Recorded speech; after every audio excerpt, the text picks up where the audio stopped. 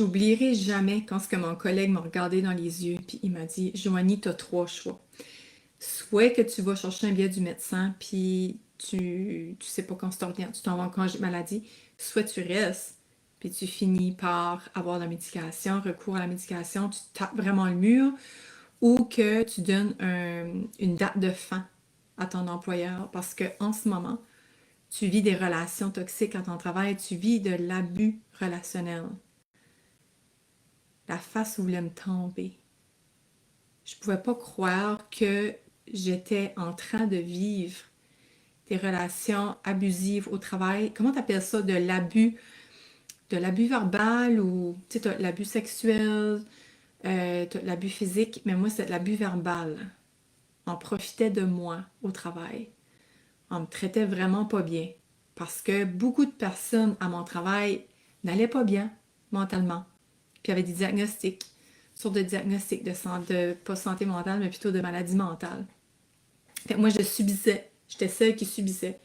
Mais plus tard, j'ai compris pourquoi ça m'est arrivé. J'ai compris que je subissais euh, leur mal-être, on va dire, parce que ma porte était grande ouverte.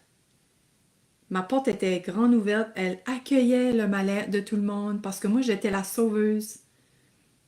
Fait qu'après ça, oui, je me faisais passer pour la victime, puis je faisais dans pitié. Mais c'est pas en restant dans la victime que je vais m'en sortir de cet état-là, de cette souffrance-là. Fait que là, mon collègue me dit, va voir ton médecin, prends un rendez-vous, puis va voir quoi ce qu'il y en est. Puis une autre fois, mon médecin me regarde dans les yeux, puis elle me dit, tu as deux choix. Joanie, tu as deux choix. Tout à l'heure, j'en avais trois avec mon collègue, mais là, elle a dit que j'en avais deux. Soit que je reste au travail, puis que je finis par être médicamentée, ou que je dois considérer un autre style de vie. Un style de vie non conventionnel ou un style de vie différent de celui que j'avais. Parce qu'elle a dit, ton travail n'est plus fait pour toi, Joanie. Pareil, bonne médecin j'avais. Puis que j'ai en cours, hein, by the way. Je peux juste pas croire. Puis même, je suis allée la voir une année avant pour aller voir pour des pilules d'anxiété parce que mon psychologue me disait que j'avais besoin de médicaments pour mon anxiété. Puis, pardon. Puis, elle a dit, elle m'a évalué. Tu sais, un bon 30 minutes, elle me regardait, elle m'a évalué, elle me posait des questions. Puis, elle m'a dit, non, Joanie, tu n'as pas besoin de médication. Je juge que tu n'as pas de besoin parce que tu n'es pas assez anxieuse. Donc, j'ai dû m'auto-guérir. J'ai dû trouver moi-même mes propres ressources pour me guérir moi-même. Mais on dirait juste le fait qu'elle me dise ça, ça m'a comme soulagée, tu sais. OK, ben, je suis pas si pire que ça, parce que l'autre me voyait pire, puis là, j'arrive à elle, puis elle me voit pas si pire que ça. Ça veut dire, OK, parce que des fois, là, on se mente un char, un scénario pas possible, qu'on se voit pire que l'on est. Puis là, on pense qu'on a besoin de ceci, puis on a besoin de ça, on va chercher des ressources à l'extérieur de nous, alors que on a tout ça ici, on peut tout soi-même se faire attention, se prendre soin. Puis elle m'a comme validé que non, non, Joanie, t'es correct. Même si mon psychologue me disait que j'étais pas correct, j'avais besoin de médication juste pour m'aider comme à descendre mon anxiété. Mais elle m'a dit, OK, Joanie, c'est correct. Puis elle m'a dit, Joanie, les exercices, c'est un antidépresseur naturel. Tu sais, le genre de médecin là, que faut que tu y tordes un bras pour te donner des médicaments. Ça, c'est rare de nos jours, hein, parce qu'ils sont payés pour, pour nous donner des médicaments. Fait qu'elle, c'était vraiment... Je filais qu'elle voulait pas m'en donner. Je filais qu'elle aurait tout fait pour pas m'en donner, finalement. Dans ce temps-là de ma vie, puis aujourd'hui, je suis très reconnaissante envers elle. J'ai dit merci. Je suis pleine de gratitude parce que je me dis, oh my God, parce qu'avec elle, j'ai compris que la vie que je vivais n'était pas du tout le genre de vie que moi je voulais vivre. C'est la vie que je menais qui m'a rendue malade. Puis là, je parle de carrière, je parle de travail, parce que mon environnement dans lequel j'étais était toxique, était malsain. J'étais entourée de relations malsaines. Donc, même si j'aimais mon travail. Vraiment, j'aimais le travail que je faisais. Mais sais-tu quoi? Je m'ai rendu compte. C'est drôle, hein? Quand j'étais en laboratoire, je pouvais jamais avoir les deux. Soit j'aimais ma job, puis les relations, c'était de la merde, ou soit les relations étaient wow, ben j'aimais pas la job. J'ai jamais eu les deux ensemble, que les relations étaient wow, puis la job était wow. Il y a tout le temps un des deux qui était Puis ça qui m'a plus burné out, c'était les relations qui étaient pas bonnes. Même si que j'aimais pas ma job, j'aurais pu rester là longtemps parce que les relations étaient saines. Les relations, c'est là, c'est pas, ben, c'est là, ça fait pas si longtemps là que je réalise, oh my God, tu sais comme je l'ai comme réalisé, un petit peu plus longtemps passé, à quel point les relations c'est important pour moi. Puis je sais pas, dis-moi dans les commentaires, tu sais, est-ce que tu relates à ça? Est-ce que pour toi aussi les relations c'est important, plus que ton travail, plus que quoi que tu fais? Puis là, je me suis rendu compte dernièrement à quel point, oh my God, c'est vrai, les relations, comme c'est freaking important pour moi, autant avec mes enfants, autant avec mon chum, ma soeur, tu sais, parce que ma famille, il me reste une couple de membres de famille, oncles et tantes, puis ça, que je suis moins proche avec, mais quand même, ça me fait de la peine quand j'ai des relations qui vont moins bien. Ça me dérange. Ça me... Je peux comme ruminer là-dessus, mais je rumine pas lorsque je sais que c'est pas moi le problème. Tu sais, des fois, comme à mon travail, c'était pas moi le problème. J'ai fini par comprendre que c'était pas moi le problème. Mais comment de personnes, puis peut-être toi qui écoutes, pensent que c'est toi-même le problème.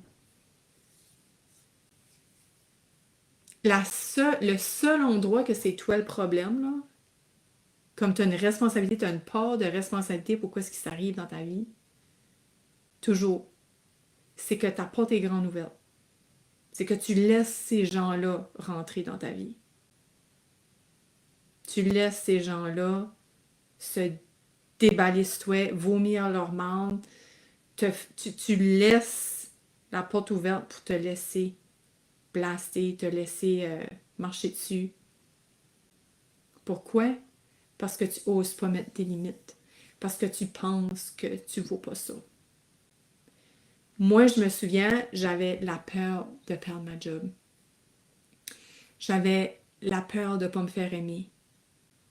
Puis on me traitait vraiment comme si qu'on m'aimait pas, là. Mais je me disais, hey, si je fais quelque chose, si je fais ceci, si je fais ça, je vais être encore moins aimée. Qu'est-ce qui va se passer? So, c'est pour ça que tout ce temps-là, que je continuais à me laisser marcher sur le dos parce que je me disais, c'est la seule manière que, comme si je mets mes boundaries, puis je veux dire, si je mets mes boundaries, comme c'est sûr, je me faisais mettre à la porte parce que j'avais pas de boundaries depuis le début, là. Depuis jour 1, j'avais pas de boundaries. Puis là, je mets les boundaries, c'est comme, wow, what's going on with her? Qu'est-ce qui se passe? Fait qu'à la place de me faire mettre à la porte, ben, je suis partie. Je suis partie, puis c'est là que j'ai compris que c'était pas une carrière, moi, le laboratoire, c'est pas une carrière que je veux rester dedans parce que les relations, oui, on a des relations de travail, mais en tant que travail, je suis derrière tout ça dans un mur là, à préparer des affaires. Je suis pas du tout en relation à l'être humain, là, tu sais. Tu sais, je me suis rendu compte au fil du temps à quel point que les relations, c'est important pour moi. Créer des relations avec mes clients, créer des relations avec mes enfants, créer une belle relation avec mon conjoint, même si des fois que je suis dure sur lui. Pauvre homme. Créer des relations avec mes amis, créer des relations avec juste des gens en public que je connais pas. Pas des relations nécessairement, mais comme genre juste faire un sourire, puis laisser passer quelqu'un en auto, ou juste ouvrir une porte ou dire à quelqu'un qu'elle a des beaux cheveux, tu sais. Fait que quand ce que j'ai choisi de quitter là, cet emploi-là. Au début, je commençais à... Je travaillais graduellement. J'ai jamais pu faire de temps plein de nouveau. Euh, j'ai quitté mon emploi. Comme j'étais capable de travailler temps partiel, ça allait, je faisais ma petite affaire, puis je crissais mon camp, excusez le mot. Je m'en allais, puis chez nous, je faisais ma petite affaire. J'étais beaucoup mieux, je me sentais beaucoup mieux dans ma peau, plus équilibrée, meilleure santé mentale, émotionnelle, physique. Mais quand l'affaire qui a été plus life-changing pour moi, c'est quand j'ai quitté complètement de cet environnement-là. Puis je sais qu'il y a beaucoup de personnes ici qui est dans une situation en ce moment que son environnement est malsain, que ça soit à la maison, que ça soit avec des amis, que ça soit avec la famille, que ça soit à son travail, que ça soit anywhere. L'environnement, c'est de quoi tu t'entoures, right?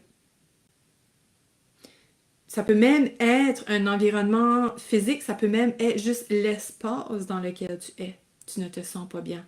C'est pas obligé d'être au niveau des relations.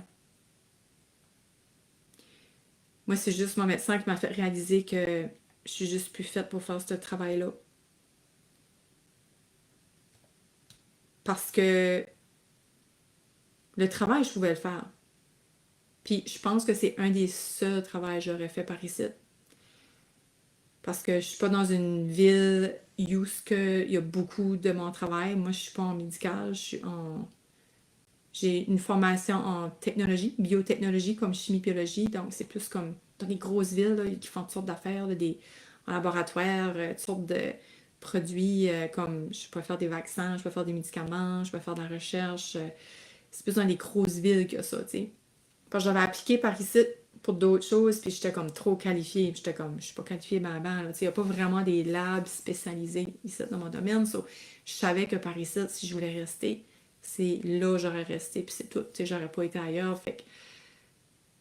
Mais ma passion de faire ce que je fais aujourd'hui était là, dans le fond de mon cœur. Une passion qui brûlait dans mon cœur, au plus profond. Puis là, je me disais, oh, j'aurais dû m'en aller en psychologie. Quand on va à l'école, c'est difficile de choisir une carrière. Hein? Je sais pas toi, mais moi, on t'a dit, une carrière à 16-17 ans, qu'est-ce que tu veux faire pour le reste de ta vie? Ben, peut-être plus 17-18 ans. Qu'est-ce que tu veux faire pour le reste de ta vie? Oh, les G, c'est une somme pression. Je sais pas si toi, tu es encore dans la même carrière quand tu as gradué, mais moi, j'avais aucune clue que je voulais faire de ma vie. Aucune clue. Je trouve qu'à l'école, on nous prépare pas. On nous prépare pas à avoir une carrière dans laquelle on est épanoui dedans. On nous, on nous fait faire des choses à l'école qui est pas mal basic. C'est des carrières bien basiques qui existent depuis des lunes, depuis des siècles et des siècles. Mais on ne nous met pas à jour, on dirait, avec les nouvelles carrières que quelqu'un pourrait faire, tu sais. So, mon message que je viens de partager aujourd'hui, puis quand je te dis, pour moi, je voulais venir te partager une partie de mon histoire parce que je voulais t'inspirer, toi, avec, pour te montrer que c'est possible pour toi aussi. Que si en ce moment, que tu te sens surmenée, que tu te sens proche du burn-out, sur le bord de crasher, tu te sens anxieuse ou peu importe, tu te sens juste, tu as cette mal-être-là dans toi, observe. Observe à quel endroit tu es déclenché. Observe à quel endroit que lorsque tu te sens comme ça, ça commence. C'est quoi qui trigger ça? C'est-tu à la maison? C'est-tu au travail? C'est-tu quand ton chum te passe? C'est-tu quand tes enfants crient? C'est-tu... Mais mettons là que c'est quand ton chum te passe ou c'est quand tes enfants crient, là. C'est peut-être pas eux autres la cause. C'est eux autres qui est la goutte qui déborde le vase. C'est quoi que ça passe avant? Qui fait que t'es pas capable de stander ton chum, t'es pas capable de stander tes enfants. Qu'est-ce qui s'est passé dans la journée que émotionnellement t'es plus fit, là? Ça marche plus, là. C'est comme... Moi, je le sais, ça m'arrive des fois, là. Que je suis juste plus capable. Puis là, j'ai aucune tolérance, là. Comme mon enfant est là, par-dessus, ici, là, puis il me bardasse, là, puis je suis comme... Un petit peu plus, j'y sacrais. Non, mais comme, ça me met, là, comme... dans une colère, là. Mais c'est pas de sa faute. C'est pas de sa faute à lui ou c'est pas de la faute à mon chum. c'est quoi ce qui s'est passé avant? Comment est-ce qu'a été ma journée? Puis là, ma fille, aujourd'hui, comme j'étais comme plus, tu sais, plus irritable.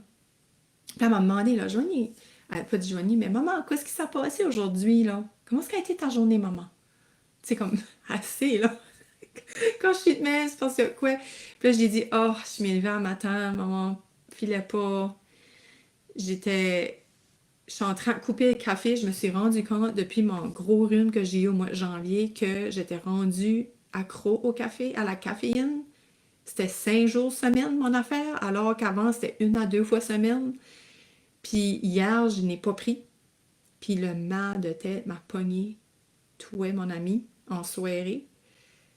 Puis je me suis rendu compte, j'ai dit, oh les. Fait que là, je me suis rendu compte, oh my God. Je m'évite le matin autant mal de tête comme couchant.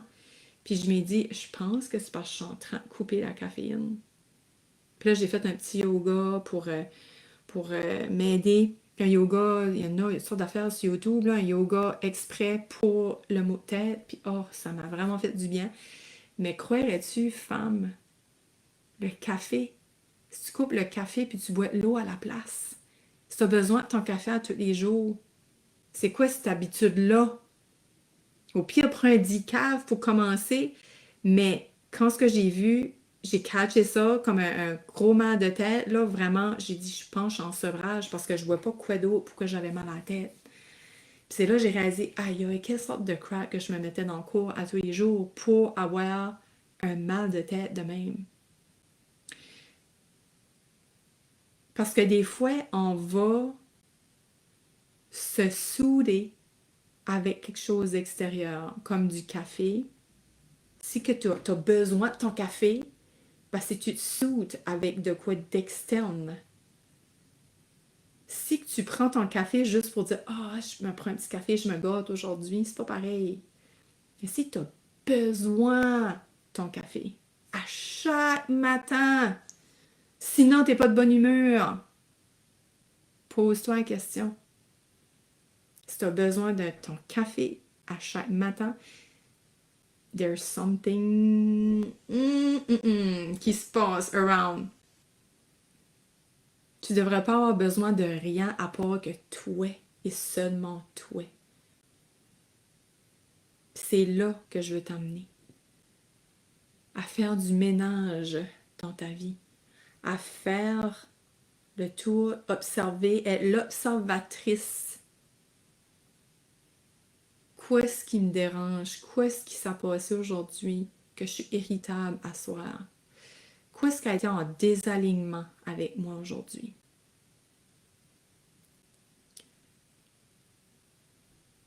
Quoi est-ce qui me fait filer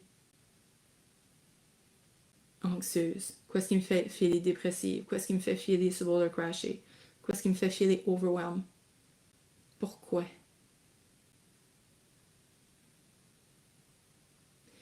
C'est beau prendre une pilule pour que ça passe. C'est beau prendre un café pour que ça passe. Mais là, tu fais juste mettre un petit plaster, là. Tu fais juste mettre un petit plaster pour couvrir le bobo. Mais où ce qui vient, ce bobo-là, tu sais? C'est ça que je t'emmène dans Balance. On va voir le pourquoi, du pourquoi, du pourquoi. On casse des affaires, on casse des vieux systèmes, on fait la rupture de tes programmants, la façon que tu penses. On fait la rupture de quoi est-ce que tu t'empêches de dire toute ta vie. On va couper des cycles. On va faire des ruptures avec qu'est-ce qui t'a brisé le cœur dans ta vie, dans tes années, dans le passé. On fait la rupture, là, je mets ma main sur le ventre. À quoi est-ce que tu as gardé en dedans? On laisse aller, on se détache. Pour ainsi laisser place à la renaissance, à ton instant de femme, à ton instant maternel. On fait la rupture de tout quoi tu as besoin, laisser derrière toi pour laisser émerger cette femme-là, cette maman-là dans sa puissance, connectée à son instant, de femme, de maman, en plein dans sa vérité. Puis elle fait du ménage aussi. Elle fait du ménage dans son environnement. Elle se rend compte qu'est-ce qui la blesse autant. Elle se rend compte de qu'est-ce qui la trigger. Elle se rend compte de qu'est-ce qui fait plus de sens dans sa vie. Elle finit par dire non à qu'est-ce qu'elle avait peur de dire non habituellement, à ce qu'elle disait oui d'habitude. Maintenant, elle dit non. Elle ose dire non. C'est un espace sacré où des femmes viennent se déposer, où tout est permis, sa vérité entière, le beau comme le laid, dans le non-jugement. Si balance te parle, viens me voir en privé avec le mot balance, puis je t'en dirai plus. On se fera même une petite rencontre de 20-30 minutes pour voir si balance est faite pour soi. Pour soi, oui. Pour toi, belle femme. Ça serait vraiment le fun de t'accueillir. J'ai la porte ouverte pour 4 autres femmes avant que mon prix monte. En ce moment, il y a 50% off, donc tu veux pas manquer ça. Puis l'été, c'est le meilleur temps pour te joindre. Parce que l'été, c'est plus facile, c'est plus léger. Il y a de quoi dans l'air, il y a de quoi dans l'énergie. La transformation se fait tellement plus dans la puissance, tellement plus dans la fluidité, dans la légèreté, dans la facilité. Je trouve vraiment que l'été, c'est un beau temps pour vivre des transformations. Fait que je te laisse là-dessus. Je te laisse y réfléchir. Je te laisse voir si toi, tu es prête à faire ce pas, à faire ce grand pas que j'ai fait il y a plusieurs années. Si je l'ai fait, tu peux le faire. Je sais que tu peux le faire. Mais quoi est-ce que... Puis des fois, on a besoin d'avoir quelqu'un avec nous qui nous tient la main. Fait que c'est ce pas que tu as peut-être juste besoin de faire, d'aller chercher l'aide pour faire cette avancée-là. Parce que chaque petit pas compte. Et c'est la totalité de ces petits pas-là ensemble qui fait le grand pas que tu avais besoin de faire depuis le début. Ça prend pas grand-chose. Et Balance, c'est ça, c'est un nouveau style de vie que tu intègres dans ton quotidien. Une journée à la fois pour le reste de ta vie. Je t'aime, on se voit dans mes DM.